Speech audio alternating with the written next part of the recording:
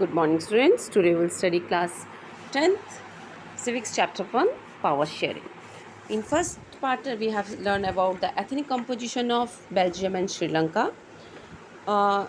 Then we have studied about the majoritarianism in Sri Lanka about and accommodation in Belgium also we have studied. All these things we have studied in earlier. Accommodation in Belgium. Now we will study about why power sharing is desirable. हमने पहले देखा किस तरीके से Belgium and Sri Lanka दोनों में क्या थी, डाइवर्सिटीज़ थी, लेकिन फिर भी वहाँ क्या था, श्रीलंका में तो कॉन्फ्लिक्ट्स हो गए. क्यों भाई, सिविल वार भी हो गया श्रीलंका में, क्योंकि उन्होंने पावर शेयरिंग नहीं की. वहाँ पे पावर शेयरिंग नहीं था, क्योंकि पावर शेयरिंग नहीं था इसलिए वहाँ पे प्रॉब्लम क्रिएट हुई. कहाँ पे, श्रीलंका में. लेकिन बेल्जियम ने इस डाइवर्सिटी जो थी, उनकी इतने अलग डच बोलने वाले, फ्रेंच बोलने वाले जो लोग थे, अलग अलग भाषा 15 देखिए वहाँ पर फ्लेमिश रीजन में 59% डच बोलते थे लोग, और वॉलिना रीजन में 40% फ्रेंच बोलने वाले लोग थे. और उनकी जो कैपिटल सिटी थी ब्रसल्स, वहाँ पे 80% फ्रेंच थे और 20% डच थे. लेकिन वहाँ और 1% वहाँ पे जर्मन स्पीकिंग लोग भी रहते थे, पॉपुलेशन था वहाँ पे. लेकिन इस डाइवर्सिटी को भी उन्होंने क्या बहुत अच्छे तरीके से हैंडल किया, वहाँ के जो लीडर्स थे. तो वहाँ पे क्या पावर शेयरिंग की, उन्होंने क्या किया, पावर शेयरिंग की, और वहाँ पे कोई भी कॉन्फ्लिक्ट नहीं हुआ. ये चीज़ें हम स्टडी कर चुके हैं. तो आज के आपको ये जो बुक्स वगैरह में पिक्चर्स दिए हैं, आपको पिक्चर रीडिंग बहुत अच्छे से करनी है, ठीक है. Okay, you have to read this pictures also, क्योंकि इससे भी क्वेश्चंस बनते हैं आपके. क्लियर. तो ये कहाँ का, ये पिक्चर दे दिएगा और पूछेगा कहाँ का है. तो ये कहाँ का है, European parliament in the Brussels, Belgium का है. और ये कार्टून वाली पिक्चर पूछेगा कि ये किस लिए है, ये क्या है. तो ये किस टाइप का क्वेश्चंस पिक्चर रीडिंग में पूछेगा, मैं आपको इसको लाइव क्लासेस में बताऊंगी, ठीक है. ये आज हम पढ़ेंगे why power sharing is desirable. Power sharing क्यों होना चाहिए. तो इस एक प्रूडेंशियल रीज़न होता है और एक मॉरल रीज़न. दो रीज़न्स के कारण होना चाहिए. क्यों. प्रूडेंशियल रीज़न में क्या है, सबसे पहले it reduces the chance of conflicts between the various social groups. इससे क्या होता है, यदि हम पावर शेयरिंग करते हैं तो जितने भी आपके सोशल ग्रुप्स हैं उनके बीच में कॉन्फ्लिक्ट्स जो है वो रिड्यूस हो जाता है. अब बेल्जियम का केस लेके इसको समझिए कि वहाँ अलग अलग भाषा के लोग रहते थे, लेकिन वहाँ कॉन्फ्लिक्ट्स नहीं हुई, क्योंकि वहाँ की जो लीडर्स थे उन्होंने वहाँ पे ये रूल बना दिया था कि जितने भी जो भी गवर्नमेंट में लोग रहेंगे वो दोनों लैंग्वेज बोलने वालों में से क्या होंगे, इक्वल होंगे, है ना. 50% उनके होंगे और 50% इनके होंगे. तो इसलिए वहाँ कोई झगड़े नहीं हुए. तो यही बोल रहा है कि it reduces the chance of conflicts between the various social group. यहाँ सोशल ग्रुप्स में जो कॉन्फ्लिक्ट्स है वो रिड्यूस हो जाते हैं. और यदि मान लीजिए कॉन्फ्लिक्ट्स होते भी हैं कहीं पर, यदि पावर शेयरिंग नहीं है, कॉन्फ्लिक्ट्स होता है, तो कॉन्फ्लिक्ट्स होने से क्या हो जाता है, वायलेंस क्रिएट हो जाता है. क्या होता है, वायलेंस क्रिएट होता है और पॉलिटिकल इंस्टेबिलिटी आ जाती है. जो गवर्नमेंट है वहाँ पे क्या हो जाता है, पॉलिटिकल इंस्टेबिलिटी आ जाती है. और power sharing is a good way to ensure the political. यदि पावर शेयरिंग हो रहा है तो ये समझिए कि पावर शेयरिंग क्या है, एक बहुत अच्छा तरीका होता है पॉलिटिकल स्टेबिलिटी लाने का. जिस तरीके से अब आपको पता है श्रीलंका में तो सिविल वार हो गए, लड़ाई झगड़े होने लगे, लेकिन बेल्जियम में बहुत अच्छे कंडीशन से पॉलिटिकल पार्टीज़ जो थी वो रन कर रही थी. क्यों, क्योंकि उन्होंने पावर शेयरिंग किया था. Power sharing will bring better outcomes. Power sharing क्या है, एक बेटर आउटकम्स लेकर आता है, अच्छे तरीके से उसको हैंडल करता है. There is a second deeper reason why the power sharing is a good for democracies. Power sharing is, पहले अभी फर्स्ट बता दिया मैंने ये वाला पैराग्राफ का. सेकंड पैराग्राफ में क्या है, power sharing is very spirit. अब ये है मॉरल रीज़न, नैतिक. प्रूडेंशियल मीन समझदारी से युक्तिपूर्वक लिया गया था. अब नैतिक रूप से क्या हो सकता है, मॉरल रीजंस क्या हो सकते हैं कि power sharing is a very spirit of democracy. Means basic है डेमोक्रेसी का, एक क्या है, बेसिक है ये पावर शेयरिंग. आप उन्हें पता है कि पावर शेयरिंग में हमने पढ़ा था कि सबको इक्वलिटी होना चाहिए, है ना, सबको इक्वल अधिकार मिलने चाहिए. हमने देखा सेकुलरिज्म होता है, सभी धर्मों को बराबर अधिकार मिलते हैं. तो ये क्या है, तो सबसे पहले आप बोलोगे कि मैं अच्छा इंसान हूँ, लेकिन अच्छा इंसान हो, आप चोरी कर रहे हो, उसमें क्या आप आप यदि आप मान लीजिए, आप बोलते हैं मैं अच्छा इंसान हूँ, बहुत ईमानदार हूँ, लेकिन आप एक दिन चोरी कर लेते हैं, तो एक दिन चोरी करने से तो आप तो उस जो मतलब एक अच्छे इंसान की कैटेगरी में क्या होता है कि वो चोरी नहीं करेगा, वो झूठ नहीं बोलेगा, वो हमेशा सच बोलेगा, आप तो उस कैटेगरी से बाहर चले गए ना, तो आप तो फिर वो नहीं रहे, है ना। तो आप यदि तो जो पावर शेयरिंग है वो स्पिरिट ऑफ डेमोक्रेसी है। डेमोक्रेसी यदि हम चाहते हैं तो पावर शेयरिंग भी होना चाहिए। क्लियर है। यदि हम कहते हैं कि हम डेमोक्रेटिक कंट्री हैं तो हमारे यहाँ पर क्या होना चाहिए, पावर शेयरिंग होनी चाहिए। पावर शेयरिंग होनी चाहिए। Democratic rule involves a sharing power with those affected by its effects exercise and who have to live with its effect. People have the right to consult it. और क्या है people, आपको पता है कि democracy क्या होता है। Democracy is a form of government, क्या है, of the people, for the people and by the people. Of the people, for the people and by the people, Abraham Lincoln द्वारा बोला गया वर्ड है ये, है ना। Of the people, for the people and by the people. तो इसीलिए power sharing होना ज़रूरी है। डेमोक्रेसी में पावर शेयरिंग होना चाहिए। Second, people have right to consulted on how they have to be govern. लोगों का जो है, लोगों से पूछना है, कंसल्ट करना है लोगों से, जो आम लोग हैं। People have to right to, उनके पास ये अधिकार है कि जो भी डिसीज़न हो, जो भी गवर्न कर रहा है, कि उनको कैसे गवर्न किया जाए किसी लोगों को, है ना। तो उनसे कंसल्ट किया जाए, जो आम लोग हैं उनसे भी कंसल्ट किया जाए, पूछा जाए उनसे कि आपको कैसे गवर्न किया जाए। अब moral reason of the power sharing emphasizes the very act of power sharing as a valuable. Moral reason क्या बताता है कि पावर शेयरिंग जो है कि ये बहुत ही ज़रूरी है। ये legitimate government is one where citizens through participations acquire a stake in the system. Let us call the first set of the reason prudential and the second moral. अब वही बोल रहा है कि फर्स्ट को हम, जैसे मैंने बताया, prudential reason and moral reason. Prudential reason में बताया था क्या कि रिड्यूस हो जाते हैं, यदि कॉन्फ्लिक्ट होते हैं तो वायलेंस और पॉलिटिकल इंस्टेबिलिटी होती है। लेकिन यदि पावर शेयरिंग हम करते हैं तो कंट्री में क्या आ जाता है, पॉलिटिकल स्टेबिलिटी आ जाती है, और पावर शेयरिंग से एक अच्छा आउटकम निकल के आता है। और वही मोरल रीज़न क्या है कि ये डेमोक्रेसी के लिए बहुत ज़रूरी है। क्या, power sharing is very spirit of democracy, और people have the right to be consulted on how they have to, और लोगों के पास ये अधिकार है कि उनसे कंसल्ट किया जाए कि उनको किस तरीके से गवर्न किया जाए। और moral reason of the power sharing emphasis the very act of power sharing as a valuable. तो मोरल रीज़न ये कहता है कि जो पावर शेयरिंग है कि वो क्या है, वो बहुत ही वैल्यूबल है, बहुत ही ज़रूरी है। ठीक है। ये कार्टून में ये इस तरीके से क्या है, प्रूडेंशियल का मीनिंग देखो यहाँ पर दिया है, बेस्ड ऑन द प्रूडेंस और a careful calculation of gains and loss, prudential decisions are usually contrasted with the decision based on purely on the moral consideration. इसको आप पढ़िएगा, ये सब एग्ज़ाम में 1 मार्क्स के में आ सकते हैं ना ये क्वेश्चंस। और ये एक स्टोरी है। अब हम देखते हैं form of power sharing. Form of power sharing कि पावर शेयरिंग के टाइप्स क्या हैं, किस तरीके से पावर शेयरिंग की जाती है, सत्ता को किस तरीके से शेयर किया जाता है। तो अलग अलग कम्युनिटी के लोग रहते हैं, किस तरीके से उनके बीच में पावर शेयरिंग होती है, ये हम देखेंगे। तो सबसे पहले देखिए, changing notions regarding power sharing over a period of time, emergence of democracy. हम देखते हैं कि किसी तरह से जैसे जैसे धीरे धीरे क्या हुआ, समय बढ़ते गया, आगे लोग जाते गए, और लोगों ने क्या है, डेमोक्रेसी को अपनाया। किसको अडॉप्ट किया, डेमोक्रेसी को जब अडॉप्ट किया तो उनकी जो थिंकिंग थी पावर किसके प्रति, पावर शेयरिंग के प्रति जो उनकी थिंकिंग थी लोगों की, तो क्या हुआ कि पहले जो थिंकिंग थी वो बदलने लगी। पावर शेयरिंग के प्रति लोगों की थिंकिंग क्या हुई, चेंज होने लगी। पहले माना जाता था कि जितनी ज़्यादा पावर सेंट्रल गवर्नमेंट के पास होगी, रहेगी, अथॉरिटी रहेगी, वो उतनी बेहतर तरीके से कंट्रोल कर सकेंगे। पहले ये माना जाता था पहले।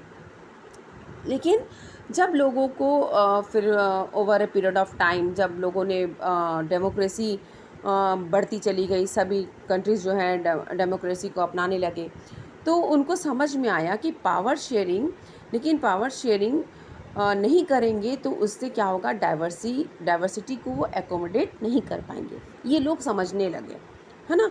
क्यों? पावर शेयरिंग, जैसे जैसे डेमोक्रेसी को समझ रहे थे वैसे वैसे उनको ये समझ में आया कि यदि हम पावर शेयरिंग नहीं करेंगे तो कॉन्फ्लिक्ट हो सकते हैं, झगड़े हो सकते हैं। तो इसीलिए उन्होंने क्या किया कि पावर शेयरिंग किया। अब लोगों ने पावर शेयरिंग को अपनाया इसके बाद, ठीक है। Some common arrangements of the power sharing, तो कुछ तरीके अपनाए गए कि किस तरीके से हम पावर शेयरिंग करेंगे। तो ये फर्स्ट फॉर्म है, यहाँ पे देखिए फर्स्ट में लिखा है power sharing among the different organ of the government. Different organ of the governments, तो different organs of first form, इसमें क्या है, power is shared among the different organ of the government. Different organ of the government में हम क्या बोल सकते हैं, आपको डिफरेंट ऑर्गन है, जैसे एक आपने ये 9th में 8th में सब में पढ़ा होगा, है ना। लेजिस्लेटिव होता है, एग्जीक्यूटिव होता है, क्लियर, और एक होता है जुडिशियरी, है ना। Legislative, executive and judiciary. इसमें क्या है, लेजिस्लेटिव कौन है, जो लॉ बनाता है, कानून बनाता है। एग्जीक्यूटिव कौन है, जो लॉ को इम्प्लीमेंट करता है। और जुडिशरी है जो है वो जो हमको न्याय दिलाते हैं। आपने court, supreme court, high court पढ़ा, ये जुडिशरी में आते हैं। एग्जीक्यूटिव कौन है, प्राइम मिनिस्टर है, मिनिस्टर्स हैं, पुलिस है, ये सब कौन है, हमारे एग्जीक्यूटिव है ना। तो ये लोग हमारे लिए क्या करते हैं, इम्प्लीमेंट, लॉ बनाया जाता है, लॉ को इम्प्लीमेंट करते हैं, और जुडिशरी में उसके लिए न्याय होता है। यदि कहीं पर हमको न्याय नहीं मिल रहा है तो हम जुडिशरी का हेल्प लेते हैं। तो पावर शेयरिंग कहाँ होती है, इस ऑर्गन के बीच में होती है, ऑर्गन्स ऑफ द गवर्नमेंट। ध्यान से देखिएगा, फर्स्ट पॉइंट समझा रही हूँ मैं, power sharing among the different organ of government. तो आपको सबसे पहले यदि पूछता है फॉर्म ऑफ गवर्नमेंट में, तो फर्स्ट पॉइंट आप ये लिखेंगे, power sharing among the different organ of the government, ठीक है। वो कौन कौन है, लेजिस्लेटिव, एग्जीक्यूटिव एंड जुडिशियरी। ये है हॉरिजॉन्टल डिस्ट्रीब्यूशन ऑफ पावर। ये देखिए, इस तरीके का फॉर्म को क्या बोलते हैं, हॉरिजॉन्टल। हॉरिजॉन्टल है, इसलिए इसको क्या बोला जाता है, horizontal distribution of power. Clear. Executive, legislative, executive and judiciary, जब इनके बीच में पावर शेयरिंग कर रहा है तो इसको हम कहते हैं horizontal distribution of power. Clear. System, यहाँ पे क्या होता है, system of check and balance. क्या आता है यहाँ पे, system of check and balance. Check and balance मतलब क्या होता है, ये बहुत ही इंपॉर्टेंट पॉइंट है ये check and balance. Check and balance, ये चेक एंड बैलेंस से आप क्या समझ रहे हैं, चेक एंड बैलेंस में क्या है, इसमें क्वेश्चन भी पूछा जा सकता है, how is a system of check and balance maintained among the different organ of the government. पहले मैंने बताया आपको कि डिफरेंट ऑर्गन ऑफ गवर्नमेंट में पावर को शेयरिंग किया जाता है, जो होते हैं लेजिस्लेटिव, एग्जीक्यूटिव एंड जुडिशियरी। अब इनके बीच में क्या होता है, system of check and balance is developed. इसमें system of check and balance भी इम्प्रूव होता है। कैसे, देखिए, यदि कानून बन गया, लेजिस्लेटिव ने तो लॉ बना दिया, यहाँ पर इम्प्लीमेंट हो रहा है, प्राइम मिनिस्टर है, बोलिए चीफ मिनिस्टर्स हैं, सब है, यहाँ पर इनको इम्प्लीमेंट करना है। यदि इनके पास पूरी अथॉरिटी आ जाती है, सोचो तो क्या होगा, जब ये लोग क्या करेंगे, अपने ही फेवर, इनके पास पूरा प्राइम मिनिस्टर है, बोलिए इनके पास पूरी अथॉरिटी आ गई, और ये क्या करेंगे, सब कुछ क्या करेंगे, ये अपने ही फेवर पे काम करने लगेंगे, है ना। लोगों के फेवर में मान लो काम नहीं कर रहे हैं, सब अपने ही फेवर में काम करने बैठ गए यहाँ के लोग, एग्जीक्यूटिव लोग। तो हम कहाँ जा सकते हैं, हम जुडिशरी के पास जा सकते हैं, न्यायालय में जा सकते हैं, न्याय मांगने के लिए जा सकते हैं। तो और जुडिशरी क्या है, उसकी जुडिशरी क्या होता है कि उनके लिए क्या है, all are equal before law. Law के लिए सब कोई बराबर है। तो चाहे यह प्राइम मिनिस्टर हो, प्रेसिडेंट हो, जो भी हो, मिनिस्टर्स होंगे, पुलिस होगा, यदि वो यहाँ कोई भी गलत काम कर रहे हैं तो उसको लिए क्या है, उनको जुडिशरी सज़ा दे सकती है। क्लियर, उनको जुडिशरी सज़ा दे सकती है। इसीलिए बोला जाता है check and balance is developed. तो यदि ये कुछ गलत कर रहे हैं तो ये चेक हो जाएगा और बैलेंस हो जाएगा, इनको यहाँ पर सज़ा मिल जाएगी। Check and balance is developed. तो आप पे इसमें क्वेश्चन यदि पूछ आता है, how is the system of check and balance maintain among the different organ of the government, कैसे कर सकते हैं? तो आप बता सकते हैं different organ of the government कौन कौन है, लेजिस्लेटिव, एग्जीक्यूटिव एंड जुडिशियरी, ये आपको पता है। उसके बाद it allows the different organ of government placed at the same level to exercise different power, इन लोग एक ही लेवल पे हैं और लेकिन इनको पास डिफरेंट पावर है ना, exercise different power. Such a separation ensures that none of the organ can exercise unlimited power, किसी के पास अनलिमिटेड पावर नहीं है। Each organ checks the other, और हर कोई क्या है, एक दूसरे पर नज़र रखता है। इससे क्या होता है कि जो पावर जो डिस्ट्रीब्यूट हुआ है उससे वहाँ पर बैलेंस बना रहता है। क्लियर? तो ये मैंने आपको पूरा फर्स्ट पॉइंट समझाया कि ये जो फर्स्ट पॉइंट था, power is shared among the different organ of the government. Clear? ये था आपका, यहाँ पे फॉर्म होता है हॉरिजॉन्टल डिस्ट्रीब्यूशन ऑफ पावर होता है लेजिस्लेटिव, एग्जीक्यूटिव एंड जुडिशरी के बीच में। ठीक है, एक ही लेवल पे पावर को यहाँ डिस्ट्रीब्यूट करते हैं। ठीक है, क्लियर? अब सेकंड पॉइंट आता है, जैसे यहाँ सेंट्रल में लेवल पे, स्टेट लेवल पे सभी जगह होते हैं ना, लेजिस्लेटिव है, एग्जीक्यूटिव है, जुडिशियरी, हर सेंट्रल पे भी है, स्टेट पे भी रहते हैं। ठीक है, और इन पे निगरानी रखी जाती है, हॉरिजॉन्टल लेवल ऑफ डिस्ट्रीब्यूशन है। अब सेकंड है, power shared can be shared among the different governments at different level. अब बोलिए डिफरेंट लेवल्स क्या है? आपने लेवल ऑफ गवर्नमेंट तो पढ़ा हुआ है, तो डिफरेंट लेवल ऑफ गवर्नमेंट में हमने क्या पढ़ा था? क्या जानते हैं हम, क्या बोलते हैं? मान लीजिए ये क्या है, सेंट्रल लेवल है, सेंट्रल गवर्नमेंट का है। यहाँ पर हमारे पीएम देखते हैं हम पूरा वर्क। ठीक है, यहाँ पे हो गया, ये हमारा हो गया स्टेट हो गया, यहाँ पर हमारे चीफ मिनिस्टर देख रहे हैं, और हमारा ये हो गया लोकल गवर्नमेंट हो गया। लोकल गवर्नमेंट में हमारे यहाँ पर सरपंच को मान लेते हैं अपन की, वो काम देखते हैं। ठीक है, अब ये डिस्ट्रीब्यूशन है, power sharing among the different level of government. यहाँ ये सेंट्रल गवर्नमेंट हो गई, यहाँ ये स्टेट वाली हो गई, और यहाँ लोकल गवर्नमेंट हो गई। अब जब पावर इनके बीच में डिस्ट्रीब्यूट होता है ना, पावर क्या हो रहा है, इनके बीच में डिस्ट्रीब्यूट हो रहा है। किसके बीच में? सेंट्रल लेवल के बीच में, स्टेट लेवल में, और लोकल गवर्नमेंट के बीच में। इस लेवल में जब पावर को डिस्ट्रीब्यूट करते हैं तो इसको बोला जाता है वर्टिकल डिस्ट्रीब्यूशन ऑफ पावर। क्या बोलते हैं इसको? Vertical distribution of power. Clear?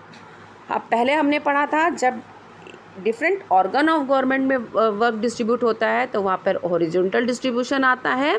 ठीक है, जो लेजिस्लेटिव, एग्जीक्यूटिव एंड जुडिशरी में होता है। सेकंड पॉइंट हमने पढ़ा अभी, power sharing among different level of government, different level, तो central government, state government and local government. जब इनके बीच में पावर डिस्ट्रीब्यूट होता है तो इसे हम कहते हैं vertical distribution of power, vertical distribution of power. Clear? और यहाँ पे क्या होता है, क्या क्या होता है आपको लिखना होगा। वर्टिकल डिस्ट्रीब्यूशन ऑफ लिखेंगे, उसके बाद फिर पॉइंट क्या आया यहाँ पर, किसके बीच में होता है? सेंट्रल गवर्नमेंट के बीच में होता है, स्टेट गवर्नमेंट के बीच में होता है एंड लोकल गवर्नमेंट के बीच में होता है। Clear? Central government, state government and local government के बीच में पावर शेयरिंग होती है, और इसको क्या बोलते हैं? जब इस तरीके से पावर शेयरिंग हो तो इसको हम बोलते हैं वर्टिकल शेयरिंग। ठीक है, अब यहाँ पे फेडरल डिवीजन ऑफ पावर होता है। यहाँ क्या होता है? Federal division of power. हमने फेडरलिज्म में पढ़ा था। फेडरलिज्म में आप आगे के चैप्टर्स में जब हम और पढ़ेंगे, फेडरलिज्म नेक्स्ट चैप्टर ही हमारा, तो उसमें हम फेडरलिज्म मतलब क्या होता है, जब हम पावर्स को क्या करते हैं, जैसे स्टेट गवर्नमेंट, सेंट्रल गवर्नमेंट है, स्टेट गवर्नमेंट है और लोकल गवर्नमेंट के बीच में जब हम पावर्स को डिस्ट्रीब्यूट करते हैं तो इसे हम फेडरलिज्म कहते हैं। ठीक है, फेडरल डिवीजन ऑफ पावर, जब लोकल, स्टेट और सेंट्रल सबके बीच में पावर डिस्ट्रीब्यूट है उसे हम फेडरलिज्म बोलते हैं। इसको हम अगले चैप्टर में अच्छे से पढ़ेंगे। जब पावर सेंट्रल से कुछ पावर, देखो यहाँ पे क्या हो रहा है कि कुछ पावर हमारी क्या है, मान लीजिए कुछ पावर हमारी सेंट्रल गवर्नमेंट के पास है, यहाँ से कुछ पावर हमने किसको दे दी? हमारी स्टेट गवर्नमेंट को दे दी, है ना। और इसके बाद लोकल गवर्नमेंट, यहाँ से स्टेट गवर्नमेंट से लेकर हमने कुछ पावर क्या कर दी? हमने लोकल गवर्नमेंट को दे दी। तो जब हम इस तरीके की पावर को डिस्ट्रीब्यूट करते हैं तो यहाँ इसे हम कहते हैं, जब पावर सेंट्रल गवर्नमेंट से स्टेट गवर्नमेंट से लोकल गवर्नमेंट तक कैसे जाता है कुछ पावर्स, तो हम इसे फेडरलिज्म कहते हैं। ठीक है, ये आगे के चैप्टर्स में आपको पूरा डीपली पढ़ेंगे हम लोग। तो अभी हमने सेकंड पार्ट क्या पढ़ा, power sharing among the different level of government. Clear. अब हम देखते हैं थर्ड पॉइंट। थर्ड पॉइंट है आपका power sharing among different social group. Social group में देखेंगे हम लोग। सोशल ग्रुप मीन्स आप कैसे बता सकते हैं, आप इसको हमने देखा था जैसे कि बेल्जियम में था कि अलग अलग लैंग्वेज बोलने वाले लोग थे, डच और फ्रेंच बोलते थे। श्रीलंका में कैसे लोग थे कि सिंहाला लैंग्वेज बोल रहे हैं और यहाँ पर तमिल लैंग्वेजेस बोल रहे थे, यहाँ पे कहाँ पे, श्रीलंका में।